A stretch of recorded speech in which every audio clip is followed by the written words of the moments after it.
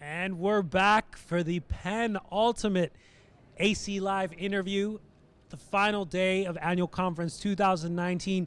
We have with us the very distinguished, the incredible, the inimitable Doreen Oliver. Doreen, Hello. thanks so much for joining us. Oh, it's my pleasure, truly. Perfect. So you just gave an amazing plenary today. I saw the throngs of people just elated, just with so much satisfaction leaving the hall. And you're so many different things. You're a producer, writer, performer, storyteller. Your website, DoreenOliver.com, great name. Thank you. Describes your work specifically as illuminating the beauty, heartbreak, and unpredictability of life, often through the lens of parenthood. I'm wondering, can you tell us a little bit about your sons? Yeah. The show that I do, which is called Everything is Fun Until It's Not, is about my oldest son, Xavier, and it's about raising him, and he has autism. And it's really about the highs and lows and the difficulties and the joys and the successes that happen when you're raising a child who has a condition that is a different development than most children, and sometimes you move forward when we get him therapies and we work with him and I engage him, and there's so many wonderful successes, but at any given moment there could be a setback, there could be a regression, and I look at that, and I look at autism as a metaphor for life in the show, and that's what I've talked about here. And there's so much hope, but then there's also grief and hope and grief, and that's really sometimes a cycle of life. And I mean, I think, and I think, like the show, life can be very funny, and the things that my son does can tickle me, and then sometimes life can be very difficult. And what we go through, my husband and I, can be really hard. And it's just about being honest about it. And I think it's the honesty and the candor about the hard stuff that we go through that really draws people in. Someone said to me today, "Oh, you're so brave for sharing your story." And I don't think it's bravery at all. I think that I live my life in a way that in order for me to be healthy, I have to, right? In order for me to deal with these things, I have to. In order for me to cope, I have to share it, and I have to acknowledge it and be real about it.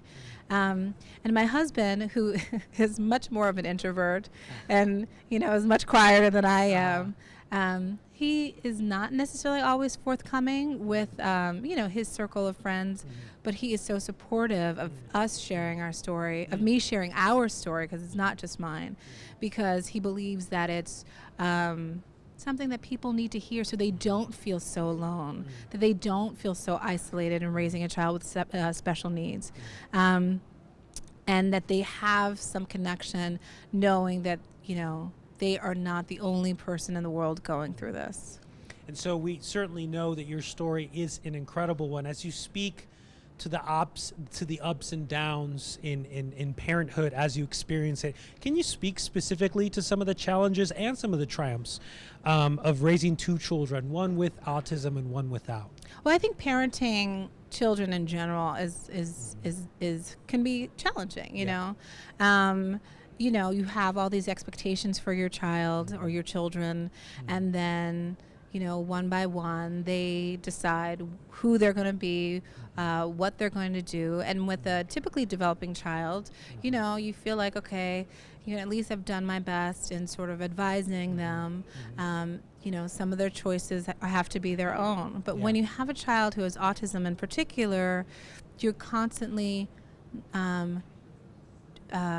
trying to make their lives better in ways that they may or may not be conscious of, and you don't always know if you're going to. And as a parent, you have your own hopes and dreams for them, or milestones that you hope that they can make, and they may or may not make it. And so sometimes for them, it's because what society expects from people. You try to create your child into something that at least can be productive members of society. But I don't necessarily think that's the right way to think about it at all. I think part of my job as a parent to a special needs child and a child who doesn't have it is not just helping them be the best person that they can be, whether they have autism or not, and reach their full potential, whether it's the potential that I had once dreamed of or not. I think that's part of my job, but the other part of my job is training society about accepting my child for who they are. And I think that's a lot of the work as a parent, saying, look, when I go on airplanes, like if we travel on an airplane with my oldest son, Xavier, who has autism, I'll just tell everybody, I was like, he has autism. He might make funny noises. He might,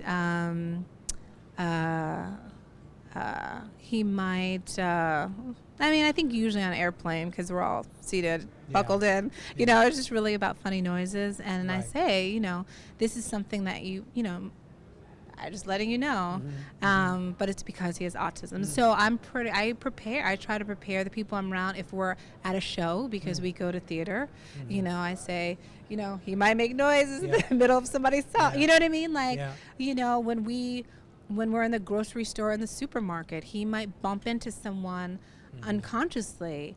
And, sometimes people are like, they get a little hostile. What is this person bumping into me? And I'll say, I'm sorry, he has autism. He doesn't really know where his body is in space. He doesn't really, he can't, he doesn't always say excuse me or anticipate what he's going to do. Sometimes he'll run through the supermarket. He'll just elope out of nowhere.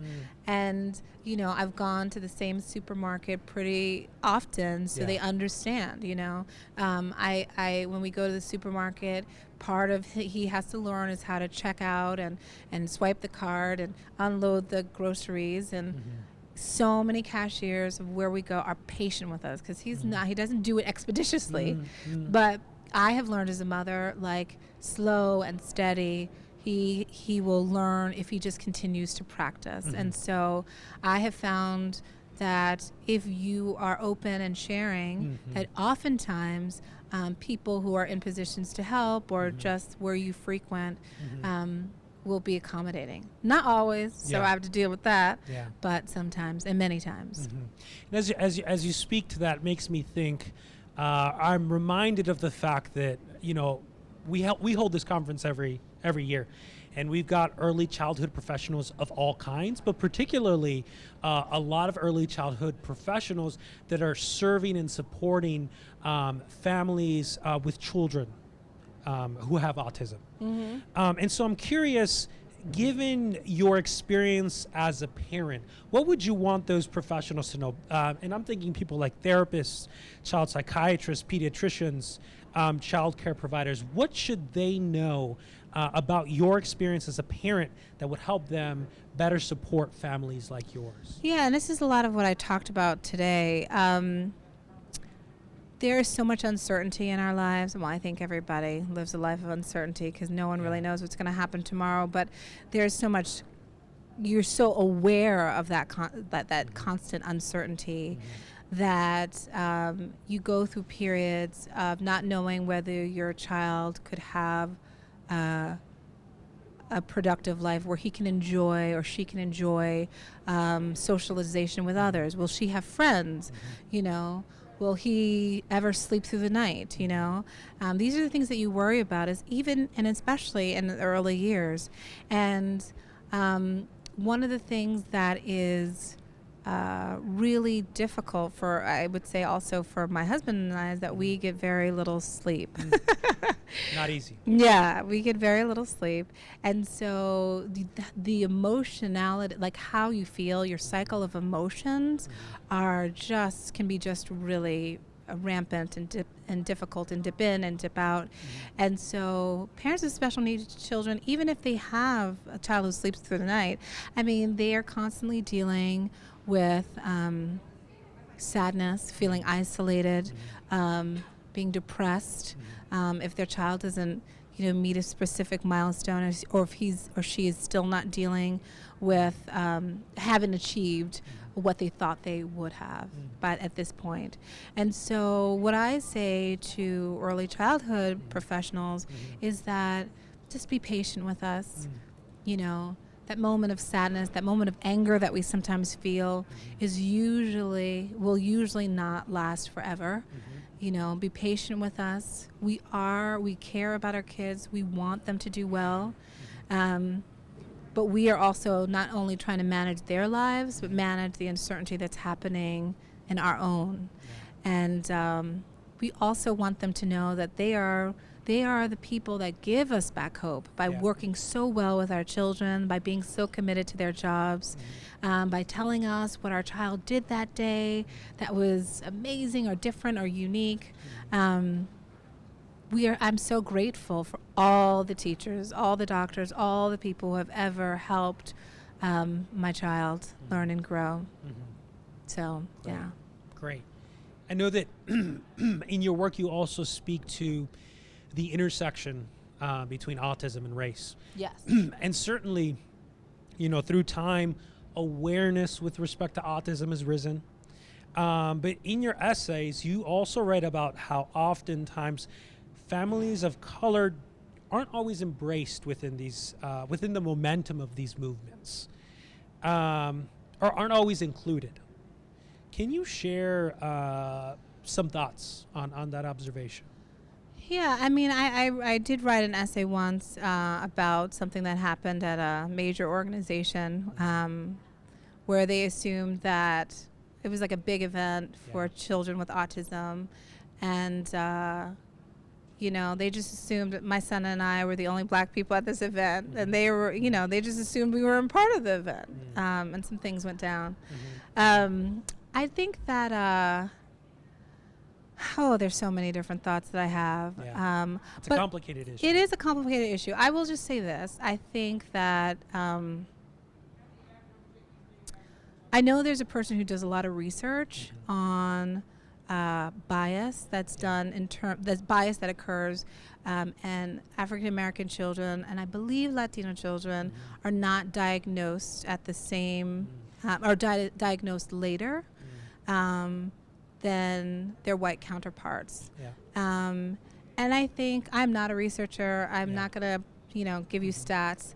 But I think that I imagine a lot of that has to do with the fact that they believe that children of color, their issues are strictly behavioral and not necessarily any underlying diagnoses. And so, and as a result of that, it takes longer for them to be diagnosed by certain clinicians.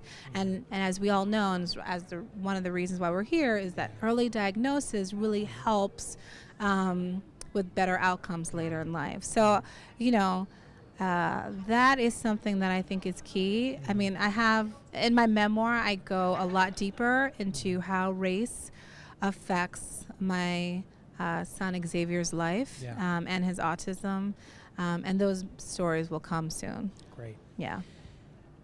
As you think about all your experiences as a parent, certainly at home, our viewers, there might be parents similar situations as yourself. Where can parents with young children who've just received a diagnosis of autism, where can they go for resources that might be helpful? Yeah, where they can go for resources. I don't know if I'm the best person to, I think a clinician could do that. And also I think resources are very local, right? Yeah. And they're very different, city to city, town to town, state to state. But I think what's really important is to try to find a support group for yourself. Because it's going to be a journey. Okay. And whether that's like an official support group or your family, but it's also helpful just to have friends who understand what it's like to have a child with special needs or autism. I mean, it's very difficult. I think finding out what educational resources your district offers, early intervention is a great place to start. And finding out, both public schools and private schools that could be helpful to your child. And it's a balancing act. You have to find resources for your child, but you have to find resources for yourself because it can be a long journey. It is a long journey. Yeah, certainly. And I know also you have a show entitled Everything is Fine until it's not. You've got a beautiful shirt with you. Can you tell our viewers at home that might be interested in finding out more about the show, how they could see it? Where would they go for information about it? Yeah, you can go to my website, which is www.doreenoliver.com, and Doreen is spelled Doreen. I'm on Twitter also at Doreen Oliver. I'm on Instagram at Doreen. Everything is fine.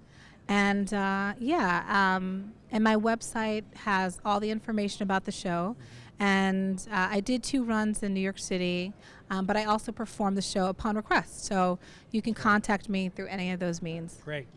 Thank you so much. Thank Doreen, thank you. you so much for your time. It's a pleasure to be here. Oh, wow. And thank you, viewers at home, for joining us. We've got just one more conversation left for you to close out what was a fantastic series of conversations. Make sure to tune in with us at 0to3.org/AC Live.